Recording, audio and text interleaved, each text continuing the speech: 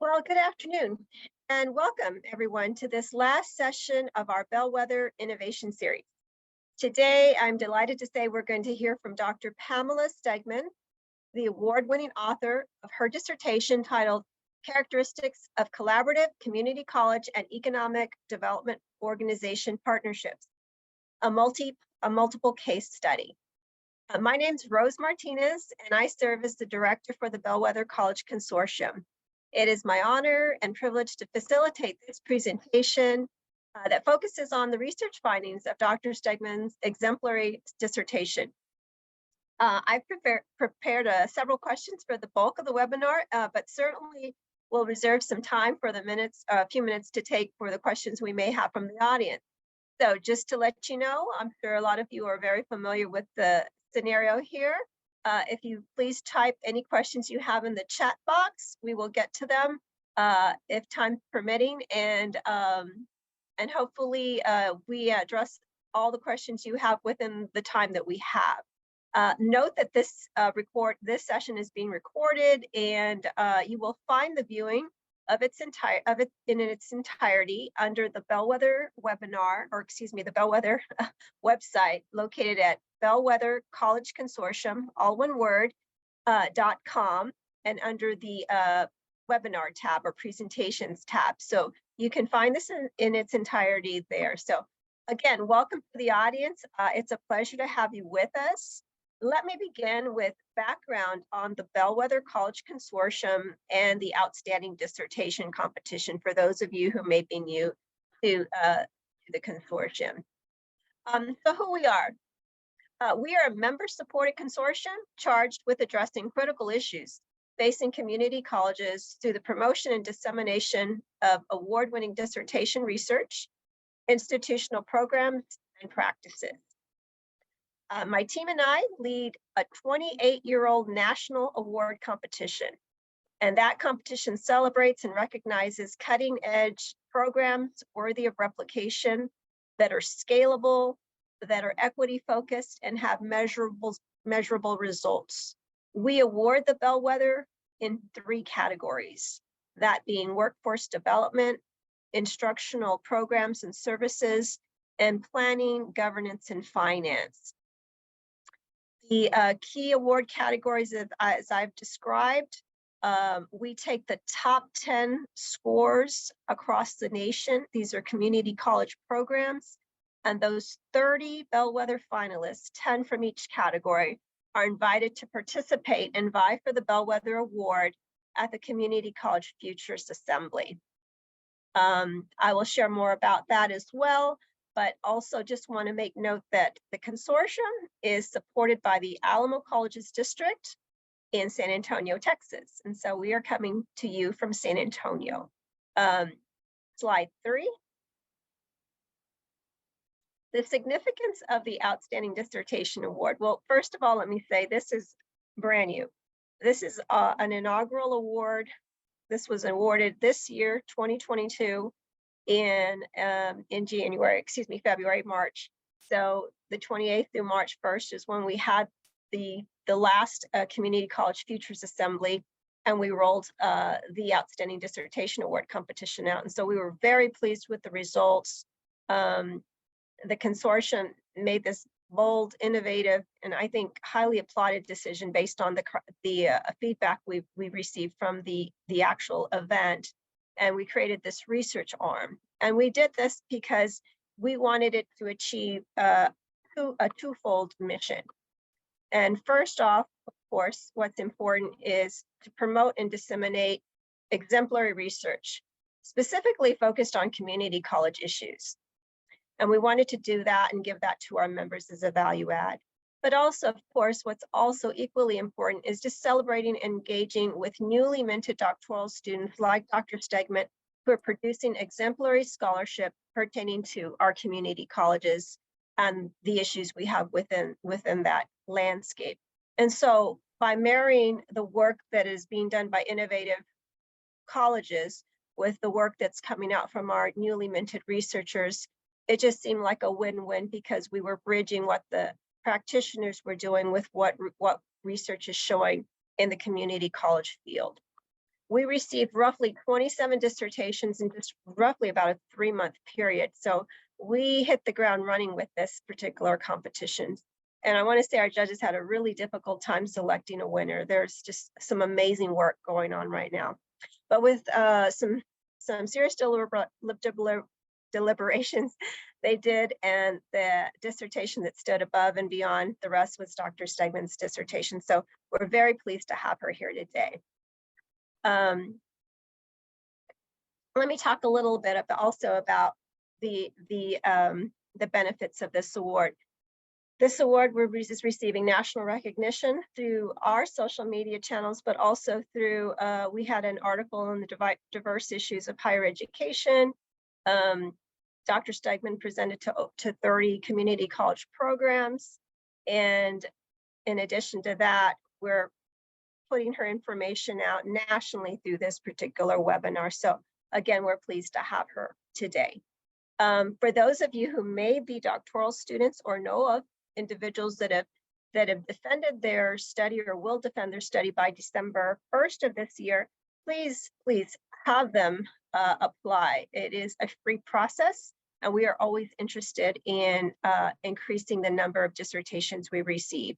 That particular winner will be invited to the consortium. We provide for their accommodations, and would be very pleased to have them be a part of the Futures Assembly. So let me go on by saying that, again, if you need more information on that particular award competition, you can go to our website at bellwethercollegeconsortium.com. So without further ado, let me welcome Dr. Pam Stegeman. Hi, thank you. Hi, Pam. It's a pleasure to discuss your dissertation. So let's begin. First off, tell us a little bit about yourself. Tell us your story. Yeah, well, I had about 30 years in business. I worked in everything from a chambermaid to the president of organization. I worked across a number of different industries like consumer products, telecommunications, software, and I worked in different areas within these organizations: marketing, operations, IT, general management. Basically, it's pretty safe to say I did not have a linear career progression. And then I moved to Palm Springs and got an opportunity when I lived there to teach at College of the Desert. And after my first class, I knew I'd found my calling. I really enjoyed it. I enjoyed giving back, using my knowledge to teach these folks at the community college about business. And after a couple of years teaching there, I also got the opportunity to join the community college leadership program through Kansas State University, where I was able to expand my knowledge of education and academia. And basically, I feel incredibly privileged to be able to do what I'm doing now.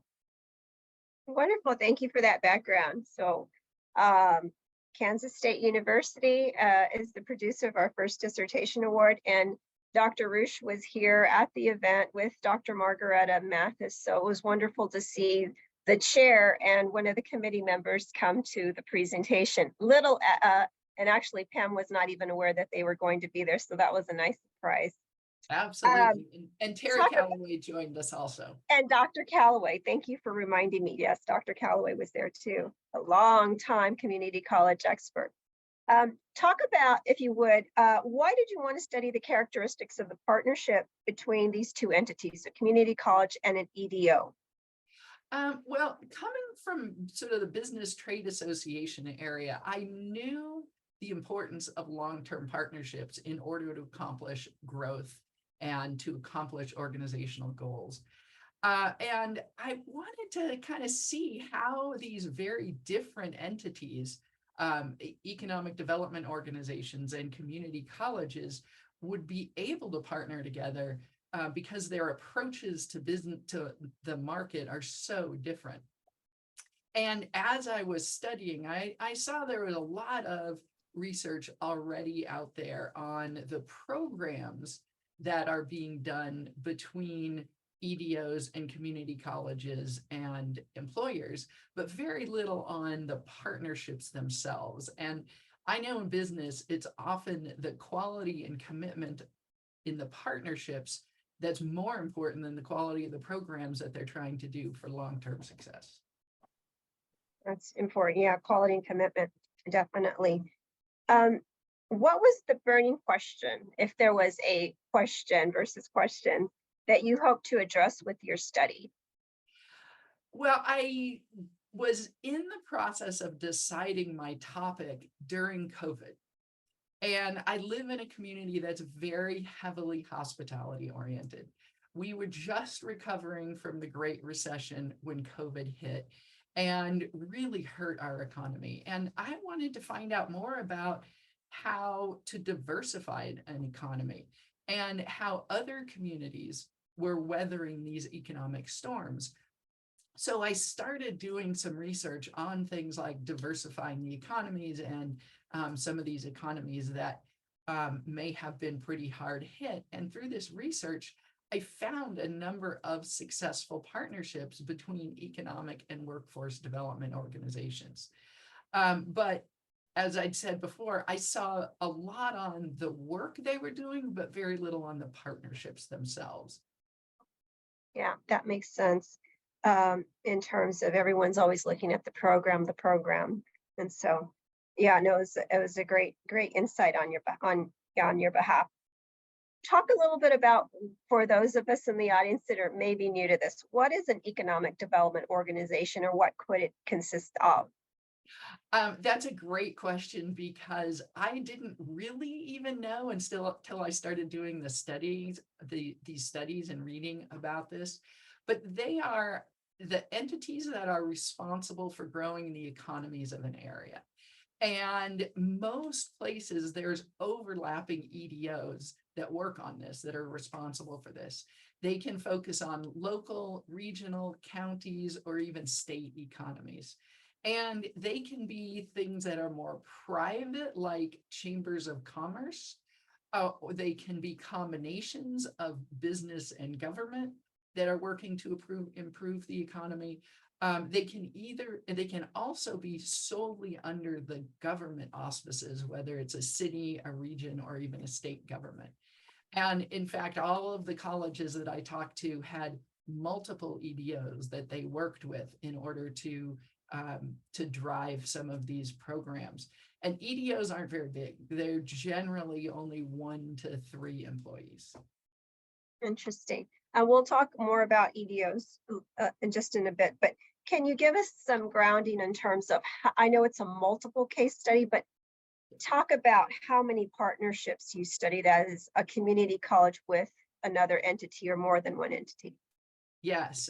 So I was looking specifically at the partnerships between a community college and an EDO, and I studied 9 partnerships across 13 organizations. And they all had very similar characteristics in the way they worked together and what they did. Most of these partners had been doing this work successfully for decades, but some had just started or restarted in the past 5 years. Interesting. And I may go a little bit off script, but what was the impetus for this, the beginnings of the community college EDO? Do you know a little bit about that background? How those partnerships would have started? Mm-hmm. The beginnings. I don't really know that, because some of them had had such long histories. I mean, literally for 30 and 40 years in some cases. And these were in all parts of the country, the East, the Midwest, and the West. None in California. Yeah, they had been working together because they each had an important thing they were doing within their community, but not the same thing in their community. Mm-hmm. What were some of the states where they were located in? I know you can't get to specifics. So it was New York, Iowa, Utah, and Arizona. Got it. Yeah, it's very diverse. Yeah, and I'm sorry, I can't name any of the schools Right. part of the research is includes their anonymity. Correct. Yeah, no doubt. Mhm. So, can you describe the organizational characteristics, for getting to the meat of things, and the organizational framework necessary for these community colleges to be responsive? So from the community college end, what should they have had or have been doing to be responsive to the EDOs who want to play in this space, who want to be a part of this coming So together? yeah, so one of the important first things is that the key college strategies and part of the overall college mission must be about workforce development and responding to employers and potential employers. That has to be a key part of what that college wants to accomplish. And then they have to demonstrate that desire to build these partnerships through the way they staff it. So this work should be led by a senior executive. In the cases of that I studied, it was either the president or someone on the president's cabinet. At a school that does very good work, but was not part of my study, so I can name it. Pima College, their work is headed by a vice president. And basically, as one of my respondents said, you've got to have the decision maker on the front line as much as possible. And certainly in our contact's case, he has the ability to make the decision or get decisions back quickly. And if I had to wait 3 weeks, a month, or 2 months for a response, that would be really detrimental. But being able to move at the speed of business is really important. And speaking of the speed of business, that is another key thing that the college has to understand, is that they have to move differently than the speed of academia. They have to be willing to make promises quickly and keep them, be ready to say yes when they're sitting at the table, and then be innovative in fulfilling those promises.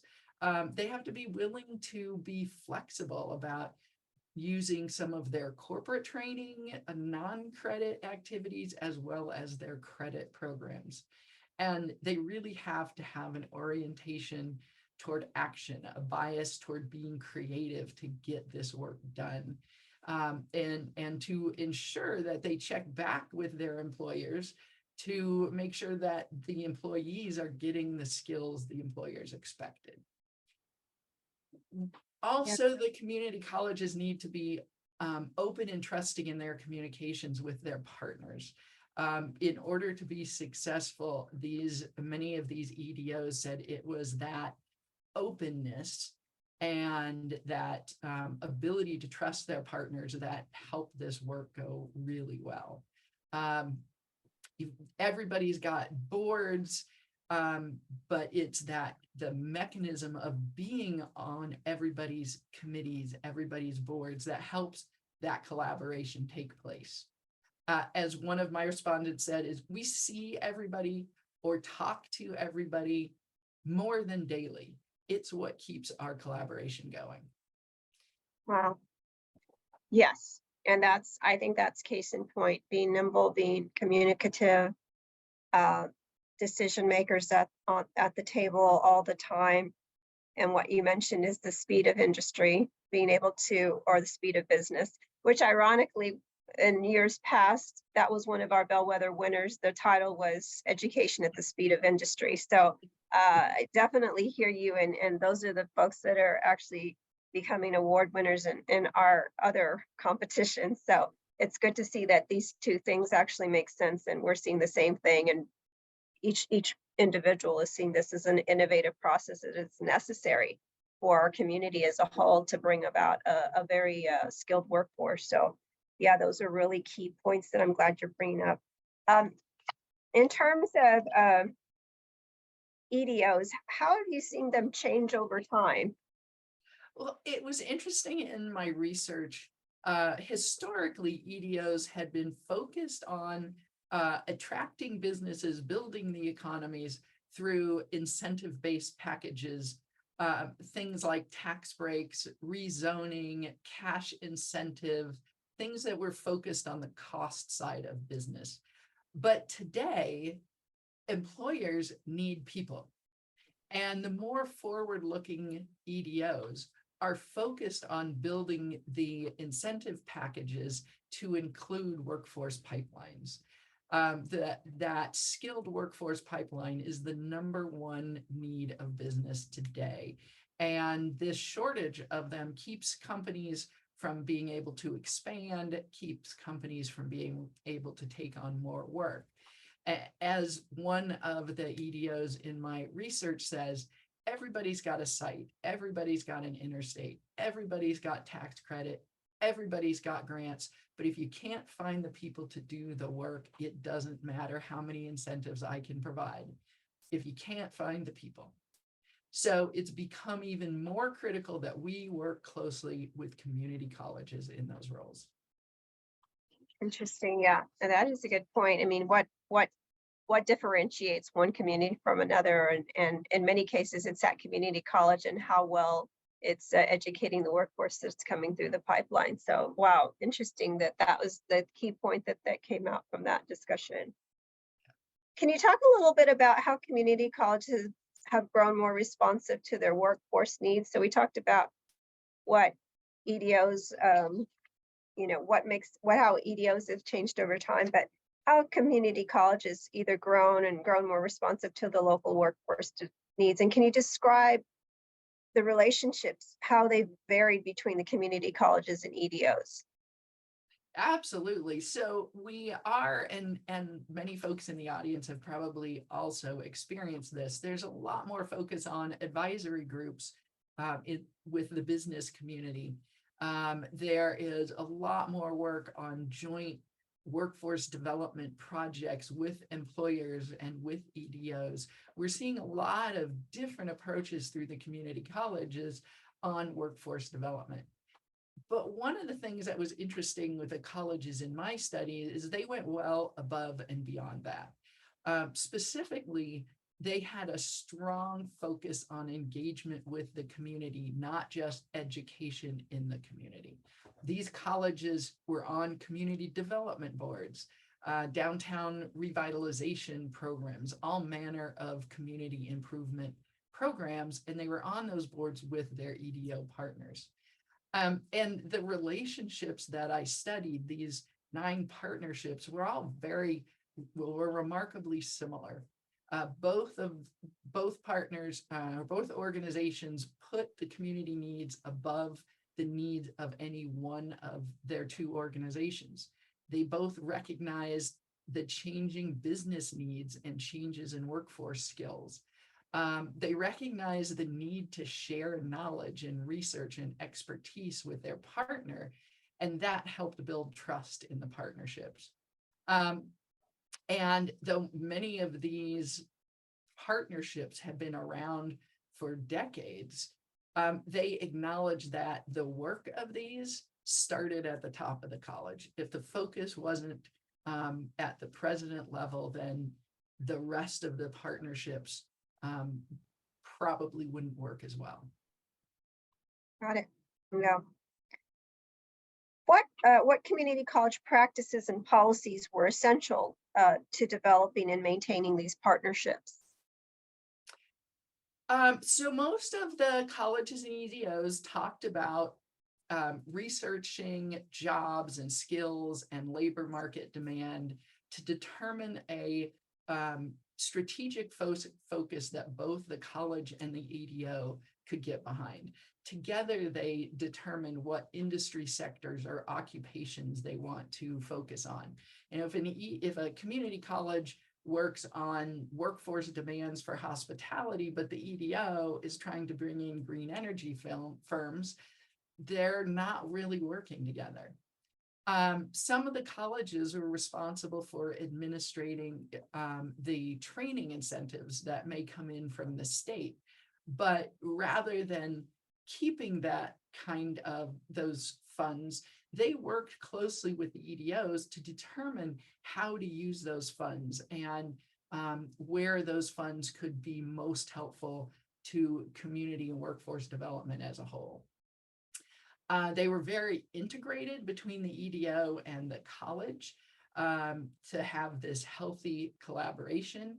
The EDOs were comfortable calling the faculty, the deans, the VPs, even the president of the college with ideas and wanting to have some integrated planning.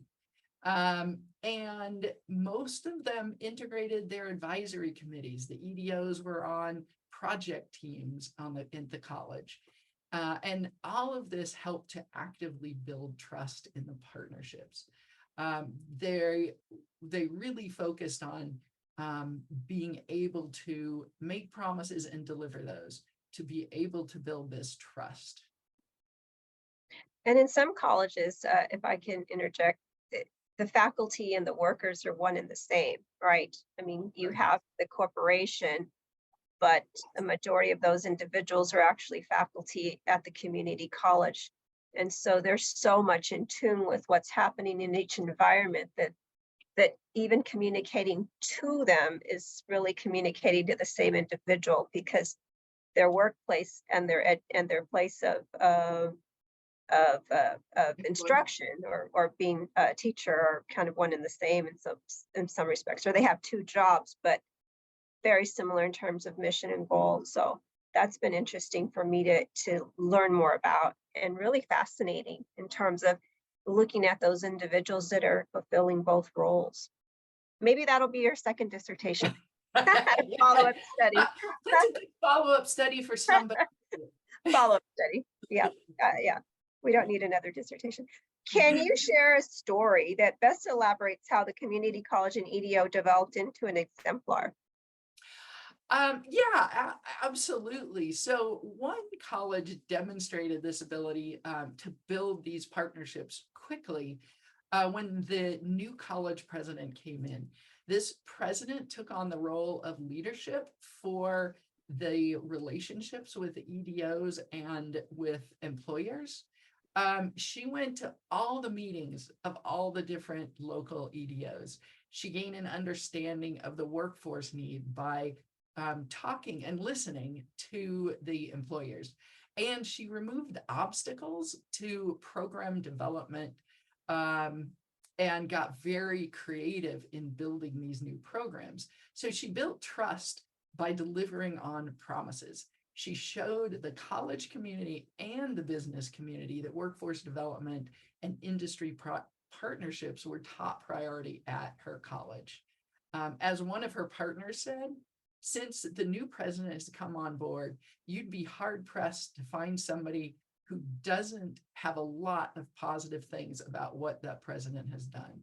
She's very open, very accommodating to the business community. The president has really just taken this and flipped it to where we have no issues promoting the college. We work very closely with them. We have access to their deans. We coordinate our workforce training needs.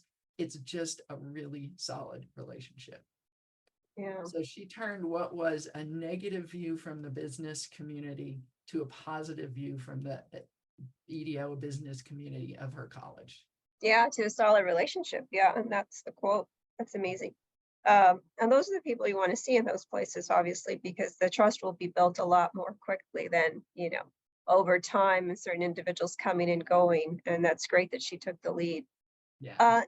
So with several, and this is probably key for those folks in the audience or listening that are in large cities and have several EDOs in an area and are just maybe putting their foot in the water, but how do colleges identify the EDOs that are the best to partner with? And that's a great question. And I would say it's not even for those in big cities. Some of these colleges were in pretty small areas, but they all had overlapping EDOs.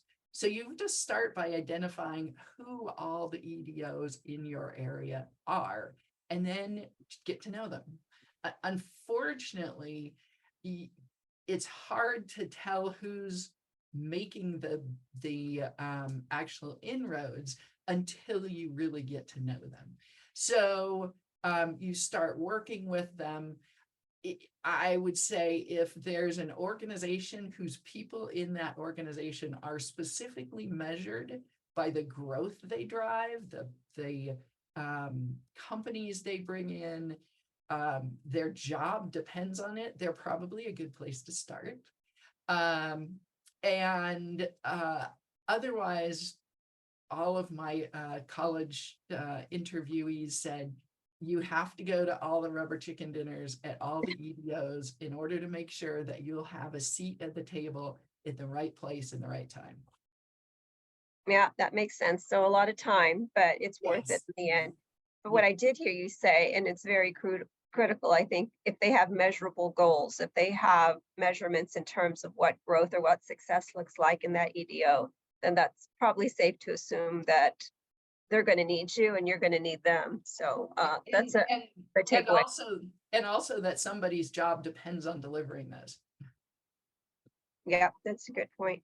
Let's talk explicitly about your findings. What were the critical success factors? I know you mentioned that in the dissertation. We haven't really talked about that specifically, that are essential for this well-functioning, highly productive, valuable partnership.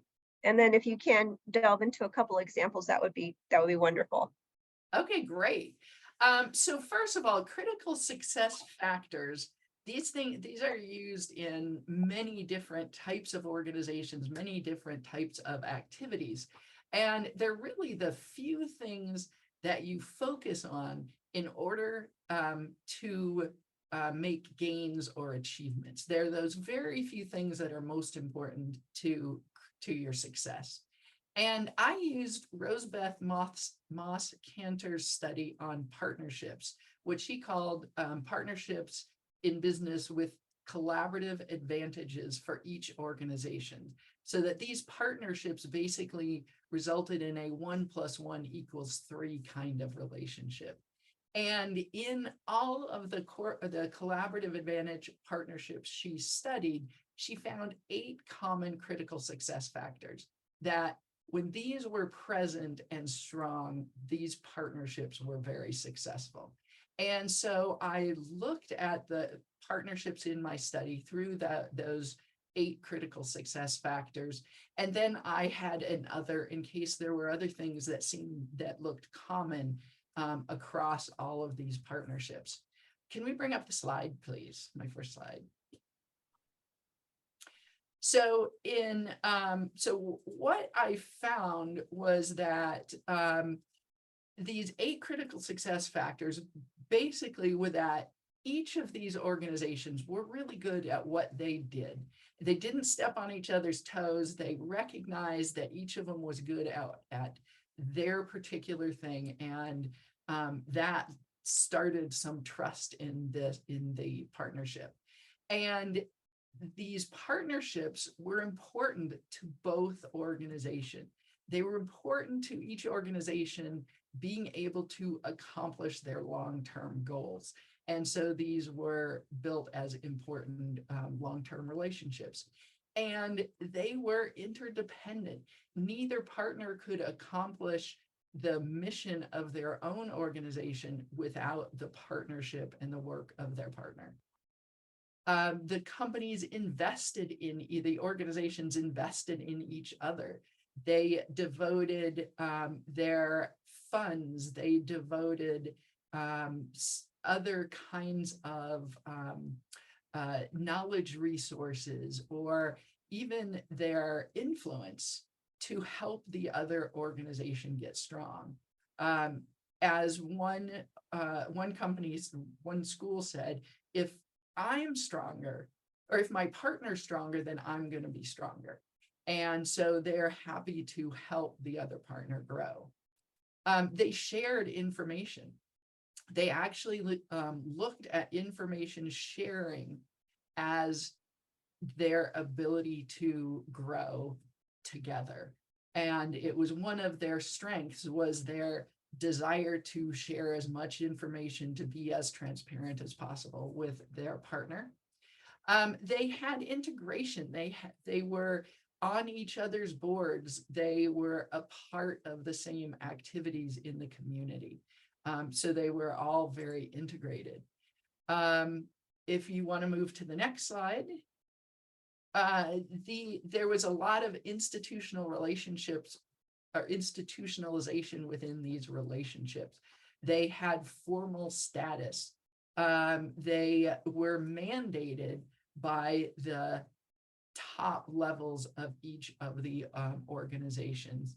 And they had integrity toward each other. They behaved in ways that was honorable toward the other organization, and that helped to enhance the trust. They made promises, they lived up to those promises, and they worked hard to ensure they could. Some of the other areas, the critical success factors I found, things that were important and common across all of these relationships. One of them was that this is not a unidimensional partnership. They didn't come together for one thing and then split back apart. They did a lot of activities together. So there were multiple areas of interaction between the partners in these partnerships. Very importantly, on the college's side, the college had an executive decision maker leading this partnership, someone who had a seat at the table at the college and also at the in the community. And finally, very importantly, and something I was surprised, every person I interviewed talked about the flexibility, the agility, the speed of the college to be able to work at the speed of business, to be able to respond at the speed of business. So all of these were things I found in every one of the partnerships and were very important to these partnerships succeeding.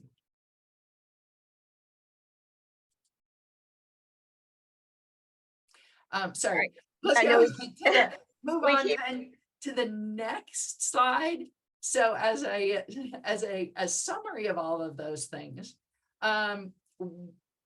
basically, there are 7 key things that an organization needs to consider if they are looking at this, this kind of partnership.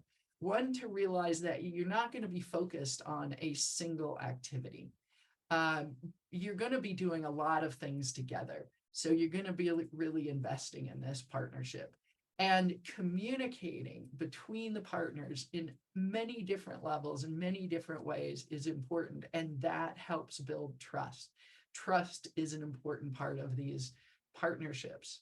And at the very core of these partnerships is the community.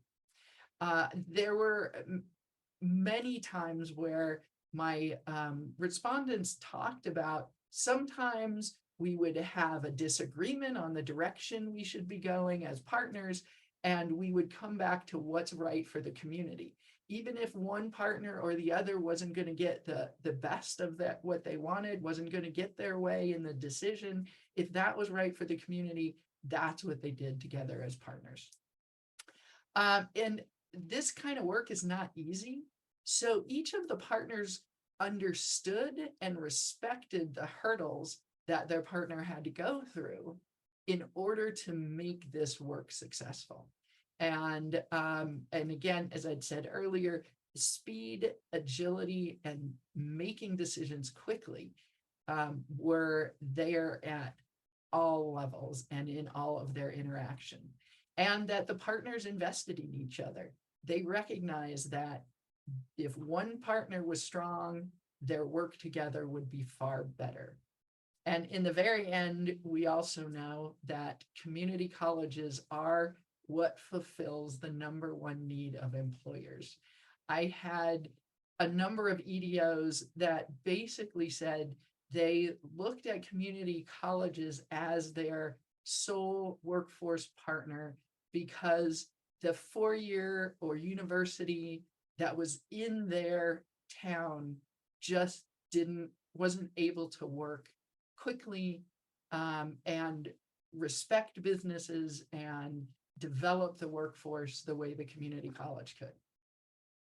Yeah, no, really good stuff. And yeah, I mean, I think that having that workforce development side of it in terms of a lot of our missions is crucial here. And it's playing a larger part now where many employers don't have 4 years to wait for a workforce. So they're coming to us to see how quickly we can skill them up, so to speak, Not to say that universities don't fulfill a role, particularly with research, but they definitely need our workers now, particularly with the pandemic and many people having to move from one service-oriented career to something different. So really good information. Thank you so much.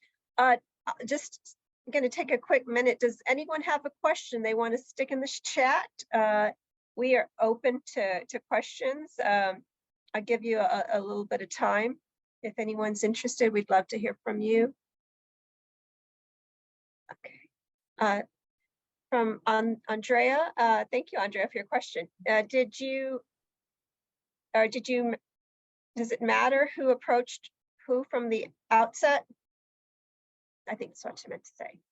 Okay, it's one of the important thing is that the community college as a whole is behind this, that, and particularly the executive level is behind that, the work. If you're not going to be able to properly staff something like this, then you may not be all that successful. Most colleges can't move at the speed of business. You have to be ready to do that. Most colleges have trouble making decisions as quickly as businesses and EDOs need decisions made. Most colleges have trouble bridging the non-credit, the corporate training work they may do with their credit side of their organization. And so being able to cross all of those things to find the right resources to build the kind of program that they promise to an employer and to an EDO is what is really the most difficult part of all of this.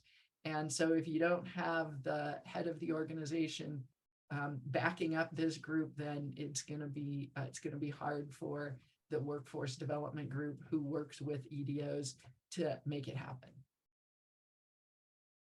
Good. Thank you, Andrea, for that question. And thank you for that response. Anyone else? That was a good one. Because it is hard sometimes to figure out, is that my role? Should I engage now? What does this mean for my community college? Who else is on board, right? Yeah. Those are all very critical questions that perhaps going inside first, but you see the value in it once it's done, for sure. And all of the people that led this work within the community college were very action-oriented kind of people. They were teamwork oriented people, and they wanted to make sure things got done. It wasn't about what they needed to do. It was what, as a team, we are going to do, and then let's go do it. Yeah, a good response team is so critical. If there aren't any other questions, or maybe one comes in, I had one interesting one that I've been toying with is, and I know we've talked about this, but what do you see as the future? And this is aside from the dissertation, but obviously what you're seeing and learning from the dissertation, what do you see as the future has in store for these partnerships, the evolution of where things may be going? I think they're going to be even more important in the future. And I think community colleges have an opportunity to play a bigger role in the overall economic development and community development of their area. Most jobs, the skills for most jobs are changing really quickly. And they're changing faster than, frankly, most employers can educate or train their own workforce for. And so community colleges have an opportunity to develop skills training for an entire industry in their area. And the EDOs are the ones who are very closely tied with growing industries in their area, new industries that may be coming into the area. So as EDOs and community colleges can work together to find the specific skills needed, not just within one employer, but across multiple employers in one industry, they can make it much more efficient for employers to help their workforce stay skilled at the level they need to. I don't know if anyone has ever heard of the 60-year curriculum. It's a term that was originally coined by Gary Matlin, I think is the pronunciation of his name, who is the Dean of Division of Continuing Education and the Vice Provost of the Division of Career Pathways at UC Irvine. And it's really a new perspective on workers. You think now people are working to a much later age, people are working much longer, and jobs are changing much more quickly. So people have to get used to this lifelong learning idea that they're going to go somewhere, learn a couple new skills, get better at their job or get a new job. Then within a year, 2 years, they may have to be back learning a new skill. And so the more that we in community colleges can stay in touch with our graduates and help bring them back for these new skills and learn what those skills should be from our work with the EDOs, I think we're going to be better able to serve the worker over the life of their careers than just getting them in, getting a degree, and having them leave. Yeah, no, well said, well said. Well, and it certainly helps that we are being called to the table. So, you know, we are the one that they're looking to find that workforce. And although I know that our enrollments have decreased across the board for community colleges, this is also, I think, a promising point in that our adult workforce is what we're looking at here, right? To perhaps not only skill the community, but to keep our enrollment stable. And so these EDOs in partnership with community colleges are critical for many reasons. Yes, building the community, but making sure our community colleges are healthy economically speaking. And so so much to be had by a really fulfilling, strong, trusted relationship there. Absolutely. Yeah, and Andreas, as you make a great point, the need to maintain those relationships beyond a single credential, but for the future credentials as folks transition, absolutely. We see that so much day in and day out now. Yeah. Well, it's been a pleasure. It kind of went pretty quickly, but thank you for giving us the Cliff Notes version of the dissertation. I know it was a labor of love and really good information we had to share here. Thank you, everyone who's joined us live and those who are listening to the recording. We really appreciate you. Look at the bellwethercollegeconsortium.com website if you want to see this presentation again or share it with a friend, or if you want to learn more about our Bellwether Award competition for community colleges doing innovative, scalable, replicable, equity-focused work. We have that particular competition submission portal open right now, and the portal for submissions for the outstanding dissertation open September 1, very soon, next week. So thank you all. I appreciate you and have a great day. Thank you, Dr. Stegeman, for being with us. And thank you, Robert Acosta, for handling our slides here and serving as our communications guru. So thank you all. Appreciate you. Have a good one. Thank you. Bye-bye. Bye.